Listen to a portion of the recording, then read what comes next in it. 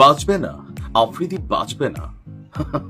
আমার অনেকটা হাসি পেয়েছে। দেখেন, হয়তো কারো পৌষ মাস, কারো সর্বনাশ, কিন্তু আল্লাপাক ছেড়ে দেয় না। এটার একটা প্রমাণ হচ্ছে তৌহিদ আফ্রিদি। ব্যক্তি তৌহিদ আফ্রিদির প্রতি আমাদের কোন রকম অভিযোগ নেই। তৌহিদ আফ্রিদিকে নিয়ে সারা বাংলাদেশের মানুষের একটা সফট কর্নার আছে, তার কন্টেন্টের জন্য, তার ভালো কাজের জন্য। কিন্তু এই ভালো কাজের পেছনে তৌহিদ আফ্রিদির এমন অনেক কর্মকাণ্ড আছে যা হয়তো আপনি জানেন না, আর এর বেশিরভাগের শিকার হয়েছে কন্টেন্ট ক্রিয়েটররা। আমার পরিচিত একটা ছেলে আছে ইদানিং, আজকে এটা সারা ফেসবুকে ভাইরাল, সাইমের ঘটনা নিশ্চয়ই আপনারা দেখেছেন। সকল টেলিভিশনে আসছে যে কিভাবে আফ্রিদিকে নিয়ে একটা কন্টেন্ট বানানোর কারণে ডিবি অফিসে তুলে নিয়ে আপনার সাইমকে পিটানো হয়, এমনকি সেই দৃশ্য তৌহিদ আফ্রিদি নিজে ভিডিও করে দেখেছিলেন। কথা বলছি, তৌহিদ আফ্রিদিকে আসলে ক্যান্সারে আক্রান্ত নাকি এটাও নতুন নাটক? সারা বাংলাদেশের মানুষ আমরা প্রথম জানলাম আজকে তৌহিদ আফ্রিদি ক্যান্সারে আক্রান্ত, তার পেশাবের সাথে ব্লাডও যায়। দর্শক, আজকে কন্টেন্ট ক্রিয়েটর তৌহিদ আফ্রিদি সম্পর্কে যখন তাকে আদালতে তোলা হয়, তার আইনজীবী অদ্ভুত দাবি করে বসেছেন যে তৌহিদ আফ্রিদি লিভার এবং ক্যান্সারে আক্রান্ত। আচ্ছা, এই ঘটনা আজকের আগে সারা বাংলাদেশের মানুষ কেউ জানছেন? মানে এই টাইপের যারা কন্টেন্ট ক্রিয়েটর আছে, তাদের যদি একটা পোষা বিড়ালও থাকে, ওইটাও যদি অসুস্থ হয়, এই দেশের মানুষ আমরা মন দিয়া দেখি, কারণ তারা এটা প্রকাশ করে। আজকে আদালত প্রাঙ্গণে আমরা দেখলাম যে তার আইনজীবী বলছেন মামলার ঘটনার সঙ্গে আসামির কোনো সংশ্লিষ্টতা নেই। এটা সত্য। গতকালকেও বলছি, এই যে মামলাটা যেটা হয়েছে, এটা তৌহিদ আফ্রিদির যেই মামলার বাদী, তো বাদীও নাকি বলছে যে এই মামলাতে 11 এবং 22 নম্বরে আফ্রিদি এবং আফ্রিদির বাবার যে সংশ্লিষ্টতা, এটা আসলে নাই। তো নাম কিভাবে আসছে? ভুলবশত আসছে। যদি তাদের জামিন দিয়ে দেয় তাহলে বাদীর কোন রকম আপত্তি নাই।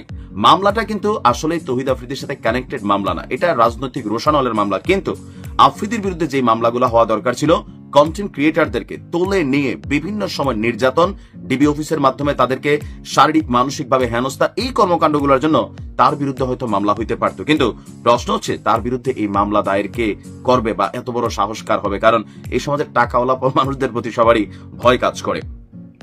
এখানে আপনার আফ্রিদির আইনজীবী যিনি আছেন, তিনি বলছেন বাদীর অভিযোগ আওয়ামী লীগের নেতাকর্মী, আইন শৃঙ্খলা বাহিনী এবং পুলিশের নির্বিচারগুলিতে যেই মামলাটা, মানে আফ্রিদি যেই মামলায় গ্রেপ্তার হয়েছে, সেই ভিকটিম নিহত হন। এখানে আসামির কোনো ভূমিকা নেই। শুনানিতে আইনজীবী আরো বলেন যে আফ্রিদি কিডনি জটিলতায় ভুগছেন, তার চিকিৎসা চলমান। অতিরিক্ত হাঁটা চলায় তার প্রস্রাবে ব্লাড আসে। এখন তারা হাঁটে কই ভাই? মানে আফ্রিদিরা কি হাঁটে? মার্সিডিজ চড়ে, বিএমডাব্লিউ চড়ে, ওডি চড়ে? তো বাদীর আইনজীবী ইব্রাহিম খলিল যিনি আছেন, তিনি আবার মানে সরকারের পক্ষ থেকে বা যে আইনজীবী যিনি কাজ করছেন বিপরীত পক্ষে, তিনি আবার বলছেন যে আপনার যে আফ্রিদি যে রোগগুলোর কথা বলছেন, এগুলো কাগজ বানানো যায়। এগুলা চাইলে হাসপাতাল থেকে ভুরি ভুরি রিপোর্ট তৈরি করা, রাতারাতি সবকিছু তৈরি করা যায়। যেহেতু বিষয়টা আদালতে তদন্তাধীন, এক্ষেত্রে টোটাল কাগজপত্র যাচাই বাছাই ছাড়া কোনো ধরনের কথাবার্তা এই মুহূর্তে বলার সুযোগ নেই।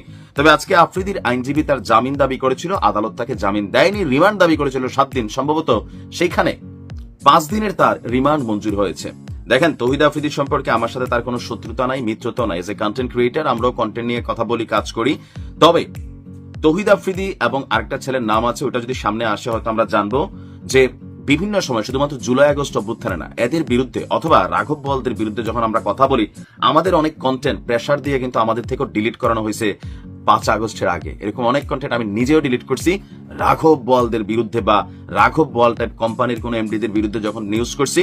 টেকনিক্যালি প্রশাসন থেকে হোক অথবা হ্যাকারদের মাধ্যমে হোক, আমাদের কিন্তু প্রেসার ক্রিয়েট করা হয়। আপনি হয়তো ভাবেন যে ভাই এটা নিয়ে কথা বলেন না, ওইটা নিয়ে বলেন না। কেমনি বলবো ভাই, পরিস্থিতি সবার এরকমই থাকে। তবে আমার দেখা মনে হয় নাই তৌহিদ আফ্রিদি কোনো অ্যাঙ্গেলে যে তার কিডনি আছে ডিস্টার্বে, তার ক্যান্সার হয়ে গেছে, তার লিভার ডিস্টার্ব হয়ে গেছে, মানে এই পর্যন্ত জানলামই না। আর আজকে যেই টাইমে জানছি, এগুলো আমাদের বিশ্বাস হয় না। তারপরেও হইতে পারে রোগের বিষয় উপর দিয়া বোঝা যায় না, বাট বিষয়টা যেন সুষ্ঠু তদন্ত করে যে আসলেই সে রোগী কিনা। এখন এই রোগের কথাটা কেন আসছে? কারণ তার রিমান্ডের একটা ইস্যু আসছিল এখানে। যদি কোনো ব্যক্তি অসুস্থ হয়, তার কিন্তু রিমান্ড হয় না, বাট আদালত সম্ভবত তার 5 দিনের রিমান্ড দিয়েছে। দেখা যাক আসলে কি হয়। তবে তৌহিদ আফ্রিদিদের খারাপ দিন শুরু হয়ে গেছে। অনেকেই এটা ভাবেন যে উপদেষ্টা আসিফ মাহমুদ এবং আমাদের সেনা প্রধানের মধ্যে একটা আভ্যন্তরীণ কুন্দল আছে। আর আসিফ মাহমুদ তিনি তার মুখ থেকে যেই কথাটা বলছেন গণমাধ্যমে ভিডিও ফুটেজে, যে আমাদের সেনাপ্রধান বলছিল বুকে পাথর চাপা রাইখা ডক্টর ইউনূসকে মাইনা নিচ্ছে। যদিও আসিফের এই বক্তব্যটাকে কাউন্টার করে আমাদের সেনাপ্রধান কোনো বক্তব্য দেয় নাই, কারণ এটা ওনার যে পদ পদবি, ওনার যে জায়গা, সেই জায়গা থেকে হয়তো অনেকে অনেক কিছু বলতেছে না, সোশ্যাল মিডিয়াতে সাংবাদিক ইলিয়াস থেকে শুরু করা, পিনাকি থেকে শুরু করা, প্রতিদিন সেনাপ্রধানকে নিয়ে 2-4টা বক্তব্য না দিলে ওনাদেরও পেটের ভাত হজম হয় না। আবার ওনাদের দেখা দেখি কেউ ক্যান্টনমেন্টের ইট খুলে ফেলার সাহস করে, মানে বাংলাদেশ সেনাবাহিনীকে এখন যাচ্ছে তাই বক্তব্য দেওয়া যাচ্ছে। তো এই অবস্থায় আসিফের প্রতি কি সেনাপ্রধানের কোনো ক্ষোভ আছে? তিনি এখনো বক্তব্য কোনো কিছু দেন নাই। তিনি বলছেন এরা ছোট মানুষ, একসময় বড় হলে বসবে। এটাকে আবার কেউ পজিটিভ নিয়েছেন, কেউ নেগেটিভ নিয়েছেন। বাট হঠাৎ করে কেন আলোচনায় যে সেনাবাহিনীর টার্গেট হচ্ছে আসিফ মাহমুদ, ওই প্রেক্ষাপটগুলোর জন্য অনেকে মনে করেন ঘটনা কিন্তু সত্য, যে হয়তোবা এখন এই ঘটনাটা আবারও সামনে নিয়ে আসছে সাংবাদিক ইলিয়াস। তিনি গতকালকে একটা স্ট্যাটাস দিয়েছেন, আর্মির টার্গেট আসিফ মাহমুদ। স্ট্যাটাসের দ্বিতীয় অংশে তিনি লিখছেন, বাংলাদেশে একমাত্র আসিফ মাহমুদ সজীব ভুইয়ার মন্ত্রণালয়েই প্রজেক্ট পাস হয়, টেন্ডার হয়, দুর্নীতি হয়। বাদ বাকি সব মন্ত্রণালয়ে আল্লাহ নিজে প্রজেক্ট বাস্তবায়ন করেন, কোথাও কোনো টেন্ডার হয় না, দুর্নীতি হয় না। হয় ভাই, প্রতিনিয়ত গণমাধ্যমে আসে, বাট আপনার ফোকাসে হয়তো সেনাবাহিনী থাকে বা আসিফ মাহমুদের প্রতি সাংবাদিক ইলিয়াসের একটা ভালোবাসা কিন্তু আছে আলাদা, পিনাকিদারও আছে। তো সেই আবেগের জায়গা বা আদরের জায়গা থেকে হয়তো মানে বিষয়টা হয়তো তারা ওইভাবে দেখেন বা কি আমি জানি না। একজন জুলাই যোদ্ধাকে বারবার বিতর্কিত করতেই ডিজিএফআই এর এই অপতৎপরতা বলে মনে করছেন সাংবাদিক ইলিয়াস। আসিফ বক্তব্য দিয়েছে পাঠ্যপুস্তকে স্বৈরাচার হাসিনাকে অন্তর্ভুক্ত করা হবে। লক্ষ্য করে দেখবেন আসিফ মাহমুদ যখনই আওয়ামী লীগের বিরুদ্ধে কোনো ব্যবস্থা নেওয়ার কথা বলছেন, তারপর দিনই তাকে নিয়ে কোনো না কোনো প্রোপাগান্ডা ছড়ানো হয়েছে। দেশের সবখানে দুর্নীতি চলছে, কোনো খাত বাকি নেই, কিন্তু সব দোষ শুধু আসিফেরই। এটার তো ভাই কারণ আছে, কারণ সরকারের মধ্যে উপদেষ্টা হিসেবে আসিফ এবং মাহফুজি আছে, সো জনতার কনসেন্ট্রেশন তারা পাচ্ছে। আগে নাহিদ পাইতো, এখন নাহিদ আলোচনার বাইরে। আবার সকল উপদেষ্টা বা এনসিপির জুলাই যোদ্ধাদের মধ্যে সবচেয়ে বেশি দুর্নীতির ইস্যু আসিফের বিরুদ্ধে আসতেছে। এই যে নীলা মার্কেট হাঁস ভাইরাল কেন হইলো, আসিফ বলতেছে আমার মনে নাই। তো ভাই এরকম বক্তব্য দিলে তো আসিফ বিতর্কিত জায়গায় আসবেই। এরপর তার প্রেস সেক্রেটারির যেই অডিও রেকর্ড ফাঁস হয়েছে, এটা নিয়ে আসলে পরবর্তী মানে কার্যক্রম কি হয়েছে, তার সাবেক যে প্রেস কি ছিল জানি না জানি আপনার এপিএস, তার বিরুদ্ধে কয়েকশো কোটি টাকার দুর্নীতির ইস্যু আসলো। তো স্বাভাবিকভাবে এদেশের মানুষ বুঝে চেলা চামুন্ডা যদি এত টাকার ইস্যুতে পড়ে, উপরের লেভেল কি খায় নাই, খাইছে। এখন আসিফের কাছে মানুষের এক্সপেকটেশনটা বেশি, এখন সার্জিসের কাছে এক্সপেকটেশন নাই, কারণ সার্জিস গভর্নমেন্টে নাই, আসিফ গভর্নমেন্টে আছে। সো কোথাও না কোথাও টার্গেট। আর আমরা যখন গণমাধ্যমে নিউজ দেখি, ওই ব্যক্তির নিয়ে নিউজ খায় যে ব্যক্তি আলোচনায় আছে। এখন আসিফের বদলি আজ যদি সাংবাদিক ইলিয়াস মানে রমিজরি নিয়ে একটা পোস্ট করতো, তো এই পোস্টটা কি আমাদের কনসেন্ট্রেশনে কাজ করতো বা আমরাও নিউজ করতাম, বা আপনারা যারা অডিয়েন্স আছেন বা ইলিয়াস ভাইয়ের ফ্যান ফলোয়ার আছেন, আপনারা কি সেখানে খুব বেশি এতটা ইন্টারেস্ট দেখাইতেন না? কেন? হু ইজ রমিজ আমরা চিনতাম না।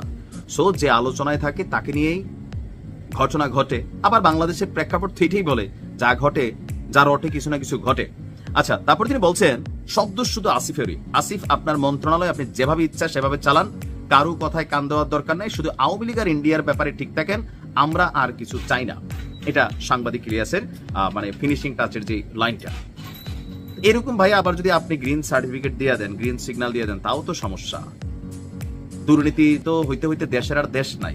অবশ্য আপনি এখন বাংলাদেশে থাকেন না, যদি আপনার পরিবার থাকে, তারপরে আমরা মনে করি তাদের কাছে জাতির এক্সপেকটেশন আছে যে আসিফের অন্তত যেই সেক্টরগুলোতে বসছে আরো অন্য 10টা উপদেষ্টা দুর্নীতি করতে পারে, অন্য 10 জন রাজনৈতিক নেতা দুর্নীতি করতে পারে, লুটপাট করতে পারে, কারণ মানুষের কনসেপ্টে এটা সেটেল হয়ে গেছে। কিন্তু যারা এনসিপির নেতৃত্বে আছে বা আমাদের এই ছাত্র অভ্যুত্থান থেকে যারা সরকারে গিয়েছে, তাদের কাছে মানুষের অনেকটা এক্সপেকটেশন হচ্ছে ফেরেশতা টাইপ।